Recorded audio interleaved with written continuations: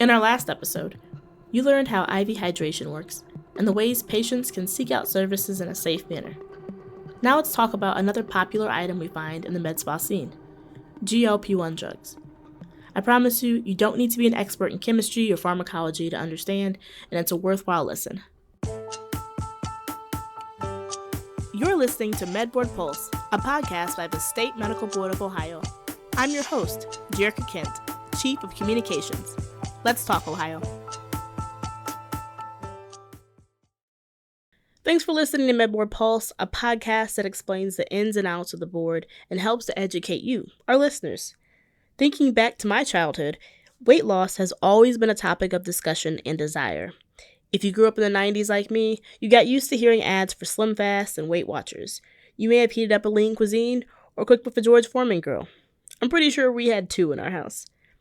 In the passing 30-some-odd years, in a culture with an increased focus on health and well-being, new and improved methods of weight loss is still a booming industry. You've probably heard of some popular GLP-1 brand names like Ozempic or Wegovy. According to the Cleveland Clinic, GLP-1 drugs, or glucagon-like peptide, are a class of medication that can be used to treat type 2 diabetes or obesity if used in conjunction with dietary changes and physical activity. What comes to mind most prominently when they first started entering the mainstream population is stories of celebrity makeovers, tales of total body transformations, and a brand new life. This topic falls under multiple jurisdictions. As you well know, the medical board regulates the practice of physicians and physician assistants with laws and rules that provide guardrails for their practice. This includes prescribing and checking the Ohio Automated RX Reporting System, better known as ORS. But the manufacturing and distribution of drugs is regulated in part federally, but also by the Ohio Board of Pharmacy. Given today's topic, I've invited a special guest who normally does our Medical Minute segment, but has graciously agreed to share his expertise. Dr. O'Neill, welcome back to the show. Thank you so much for having me, Jerica. I enjoy always talking to the public about important topics that occur in the medical profession and in regards to what the board is doing on a daily basis. Absolutely. And we've been in kind of a vein of trendy things and topics that are new and trendy in healthcare right now. So last time we talked about IV hydration clinics, and today we're talking about GLP-1 drugs. I know everyone's seen the commercials. My first question for you, Dr. O'Neill, is does the board have jurisdiction over the prescribing of GLP-1 drugs? Well, the board has a general prescribing authority. And what I mean by that is, the board oversees licensed physicians and physician's assistants. And the board is interested in whether or not an appropriate history and physical has been performed, a physical examination, and if the treatment plan, which includes a GLP-1, is right for each individual patient. So although we don't do the same thing that the pharmacy board does, we do have overall prescriptive authority for both controlled substances and non-controlled substances. And GLP-1s are non-controlled substances. So the big answer is yes, we do have authority over our licensees. I'm glad you brought up the Board of Pharmacy. What is their authority then? What do they regulate? Okay. Well, the Board of Pharmacy really regulates or has jurisdiction over the drugs themselves, including dispensing, compounding, and each board coordinates with the pharmacy board on regulations. So, as I said before, the medical board oversees physician assistants and physicians. The nursing board oversees nurse practitioners. I see. And specifically we're calling those out because those are the individuals who can prescribe. A massage therapist should have no business prescribing medications, right? You're correct there. I'm glad to know. On a simple level, can you tell me what a GLP-1 drug is? I see that title, I've heard it, and I don't really understand why there's a number in the name. Can you please just explain what that means? Sure, I'll be happy to try to explain it as easy as possible. So GLP-1 is abbreviation for glucagon-like peptide agonist, or some people will call it glucagon-like peptide receptor agonist. And what it does is it mimics glucagon in our body. And glucagon is a hormone that's produced by the small intestine, and it has several things that it does. It triggers insulin release from the pancreas. So an insulin, we all know about that, an essential hormone that allows your body to use food that you eat for energy. It lowers the amount of glucose or sugar in the blood. And if you don't have enough insulin, your blood sugar increases and you can have diabetes. Okay? But it also blocks glucagon secretion.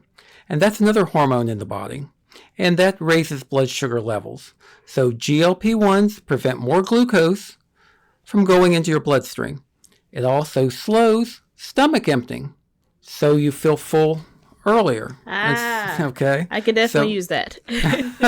So what we call early satiety. So, it affects areas in the brain that processes your hunger and feeling full. Does that make sense? That makes a lot of sense. Okay.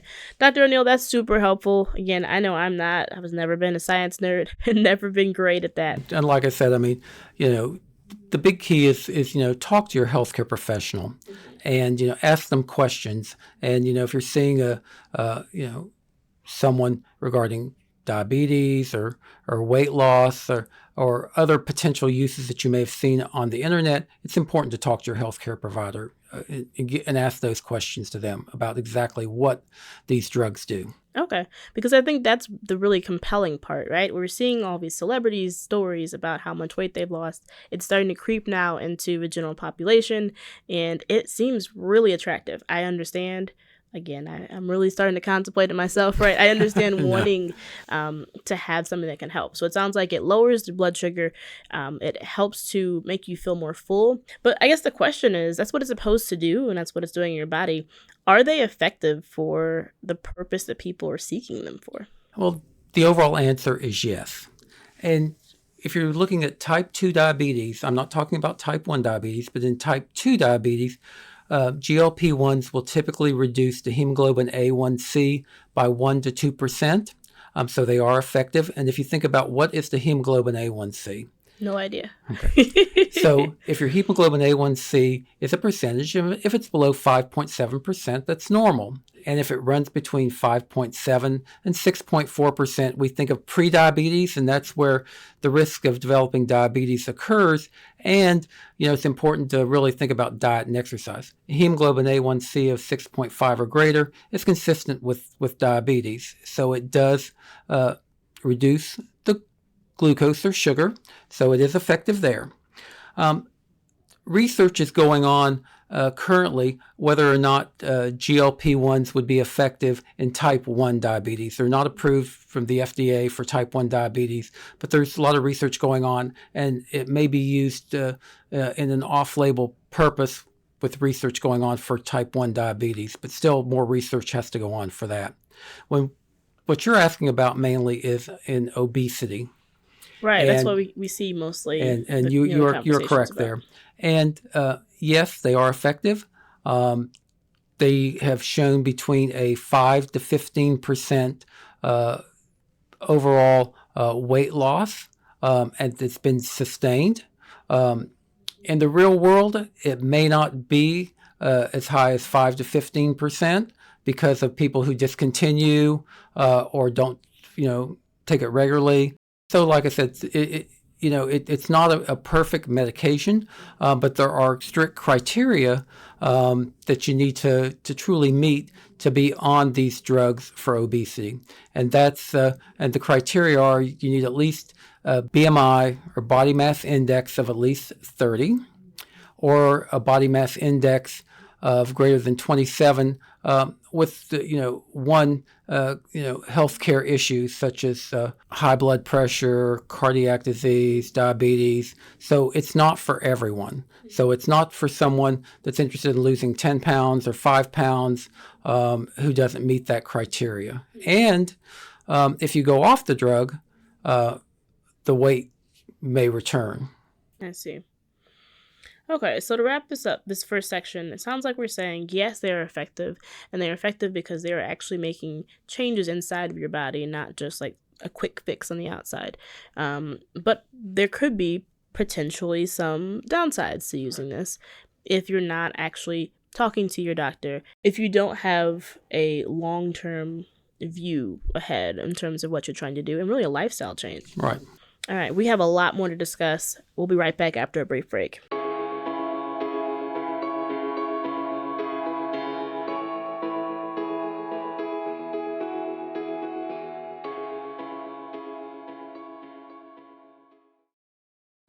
The State Medical Board of Ohio released its annual report for fiscal year 2025, detailing the medical board's licensure activity, disciplinary actions, outreach efforts, and more.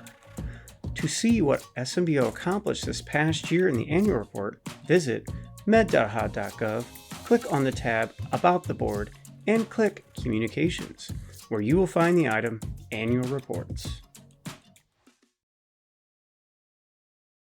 Thanks for listening to MedBoard Pulse. In this episode, we're talking with our medical director, Dr. James O'Neill, and he's going to help us understand GLP-1 drugs. I know you've heard about them, so we're getting some understanding today. Dr. O'Neill, I've definitely seen commercials advertising these medications. I can think of songs in my head right now. Can you tell me, how are consumers typically getting access to these specific types of drugs? Oh, it occurs in multiple different ways. I mean, the majority are going to their healthcare provider. Okay. And they're being evaluated appropriately, and they meet criteria for GLP-1 drugs, whether they have diabetes or for obesity, and they get a prescription and take it to their licensed state pharmacy.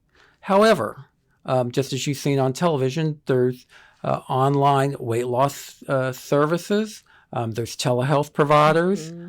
There are pharmaceutical companies that are providing a direct-to-consumer prescription, to the patient, medication to the patient, rather. So there's multiple different ways that the people are getting these medications. I've definitely, again, thinking about commercials I've seen or heard, there are so many services, it feels like, that are advertising, we can ship this to you. You can call us right away and we'll get you treated and we'll get what you need. What are some of the concerns from the regulatory bodies, like the medical board, the board of pharmacy, the board of nursing? What are some of the concerns that we're seeing when it comes to these kind of drugs? Yes, it's somewhat of the Wild West, and the regulatory concerns that the boards have is really on this proliferation of unapproved, compounded, counterfeit products. I mean, this creates significant risk for the patient. And, there's inconsistent quality, potential wrong doses, harmful ingredients, maybe contaminated.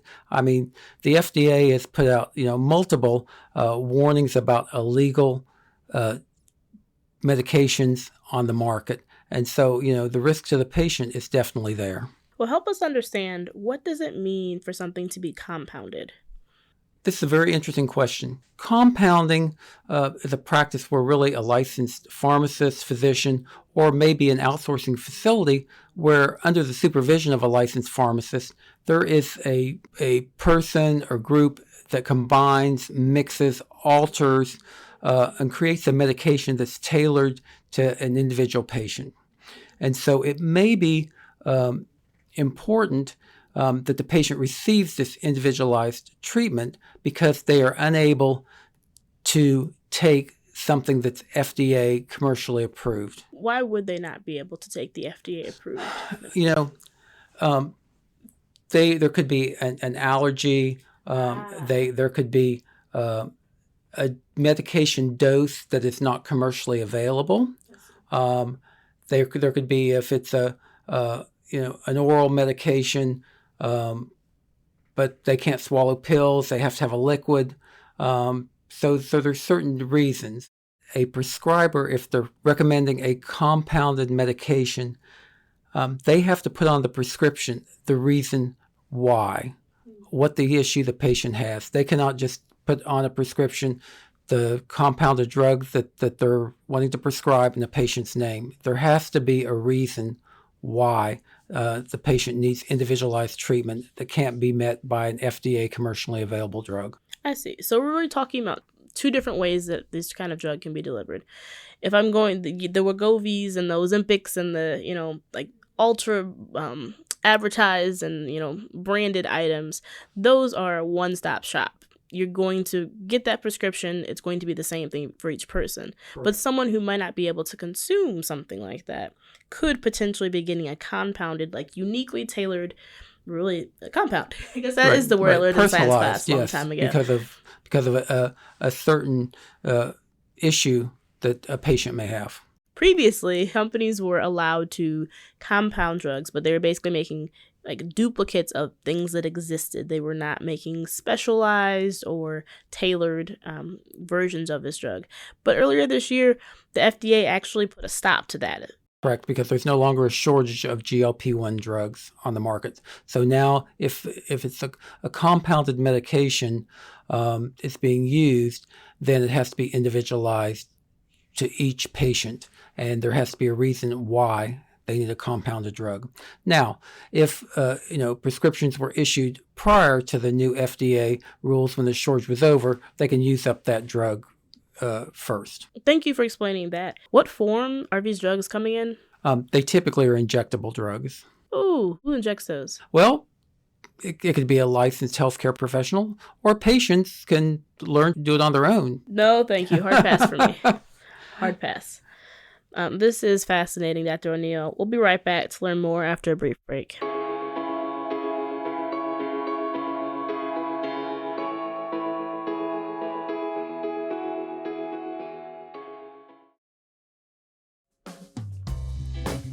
In the latest edition of the Journal of Medical Regulation, SMBO Medical Director James O'Neill, MD, and Chief of Quality Intervention Brandy Dorsey were featured in an article that highlights the impact of our quality assurance process.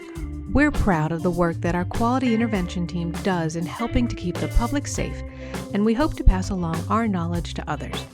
To read the article, please visit the news section of our website at med.ohio.gov. Welcome back to our conversation about GLP-1 drugs. We've been talking about the areas of concern for patients taking these types of drugs and the proper steps that should be taken. I think it's hard to not see these drugs as like magic, right? Or a wonder drug that solves every problem for all people. I know that's not the case. I think sometimes the way we see it show up in social media is like that.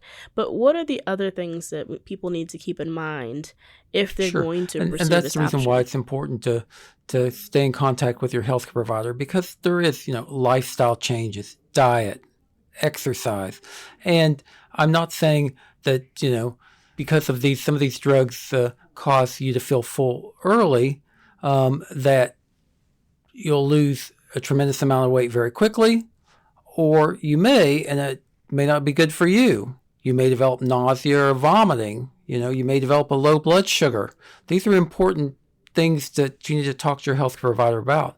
And so, it's important to think about that multimodal therapy, and that includes diet and exercise. And also with exercise, it's not that you're going to go out and run a marathon tomorrow. It's a stepwise process. And so that's the reason why I keep saying over and over to talk to your health provider. Ask questions. If something is working, great.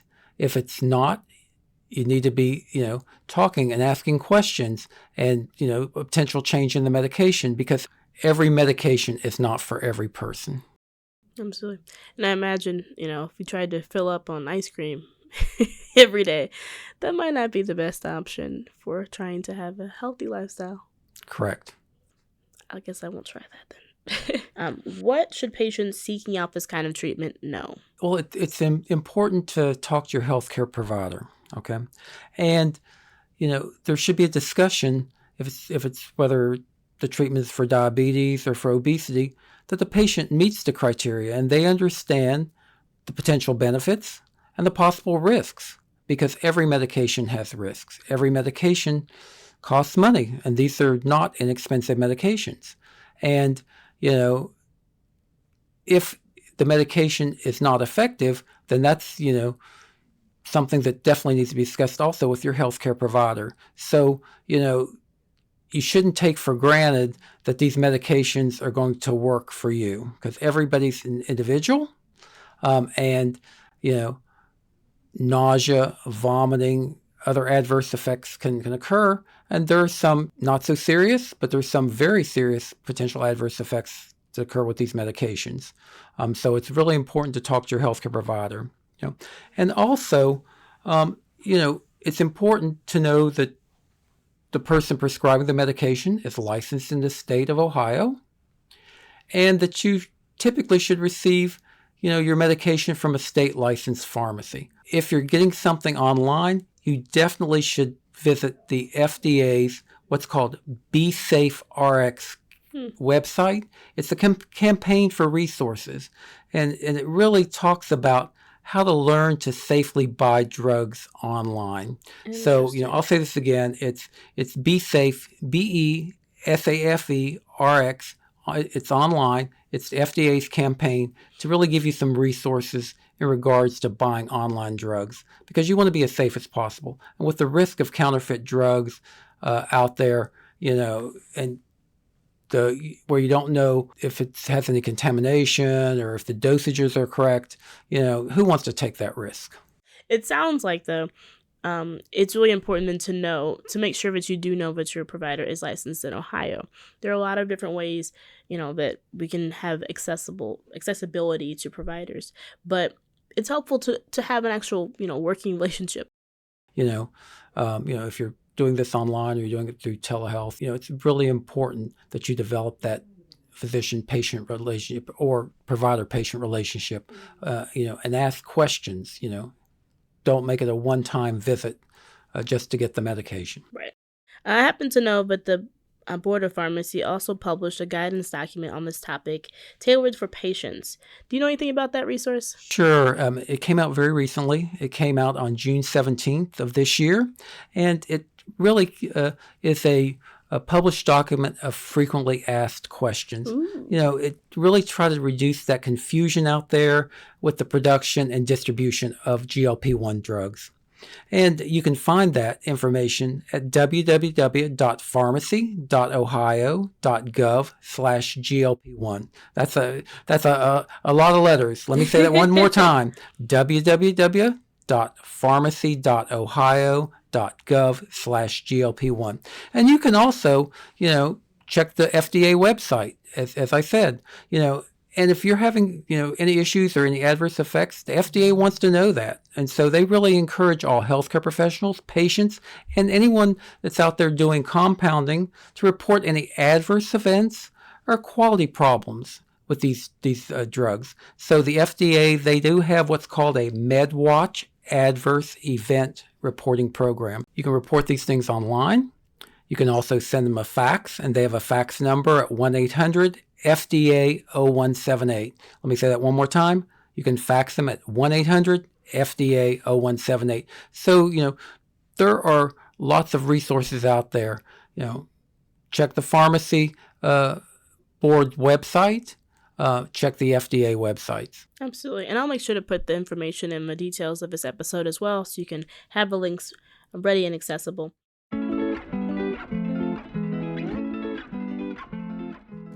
If we were to recap this conversation today, it sounds like, yes, these drugs they can be very effective, but they are not a one-size-fits-all. That's true. And so it's really important for you as a consumer and as a patient to go and have a meaningful conversation with your provider and see if this is something that could be helpful for you. And if you do start this line of treatment, also to stay in communication, because if there are some adverse effects or some concerns you have, you can make sure that they're being addressed properly. Right. So we definitely encourage some either in person or just regular dialogue with your provider. And it's, as you already said, it's not a one drug fits every issue. And, there's other things to think about. It's usually multimodal therapy, diet, exercise, and, making sure that there's no adverse, effects of these medications. We want to be safe. We want to take care of our patients in the state of Ohio and all throughout America. So it's important that you ask questions to your healthcare provider, report any adverse effects, and, if something doesn't seem right or look right on the prescription, ask the pharmacy. I'm so appreciative of this conversation because, again, I'm sure a lot of you have heard about these and maybe has questions about them. I know I have a friend who's tried, and people can have varying degrees of success, but we want to make sure that we're here to help provide useful, practical information to you. Dr. O'Neill, before we wrap up today, what's your favorite part of your job? And you can talk about just being a physician in general or being here at the board. Sure. I really enjoy being here at the board because everything that I deal with has to do with quality.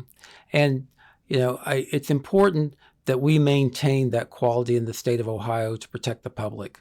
And, as the board, we regulate physicians and physician assistants, but we regulate other occupations also. So it's not just physicians or physicians assistants. So, we're doing what we can to protect the public. And we do so much more than just a licensure agency. And as we continue to improve quality, we'll continue to provide better care in the state of Ohio. I imagine this is not the last healthcare trend we'll be talking about, because there are a lot of things that are popping up. And then again, it's our responsibility as the board to make sure that we have an understanding of what's happening in healthcare and in medicine, and that our providers are following Ohio law and rule. So I'm sure we'll be talking about more trendy topics, but this was a fantastic conversation today. Thank you, Dr. O'Neill. You're most welcome, Jerica.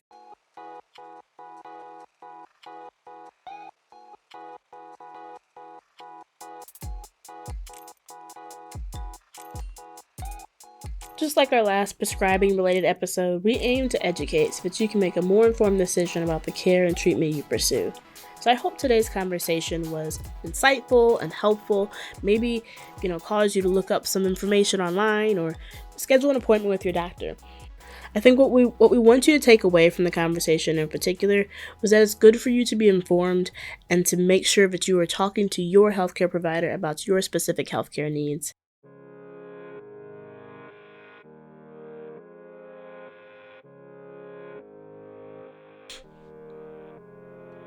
Thank you for listening to this episode of MedBoard Pulse from the State Medical Board.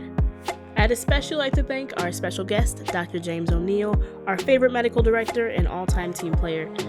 Subscribe today to hear our episodes right away. For more information about the medical board, visit med.ohio.gov. You can also email questions or comments to communications@med.ohio.gov.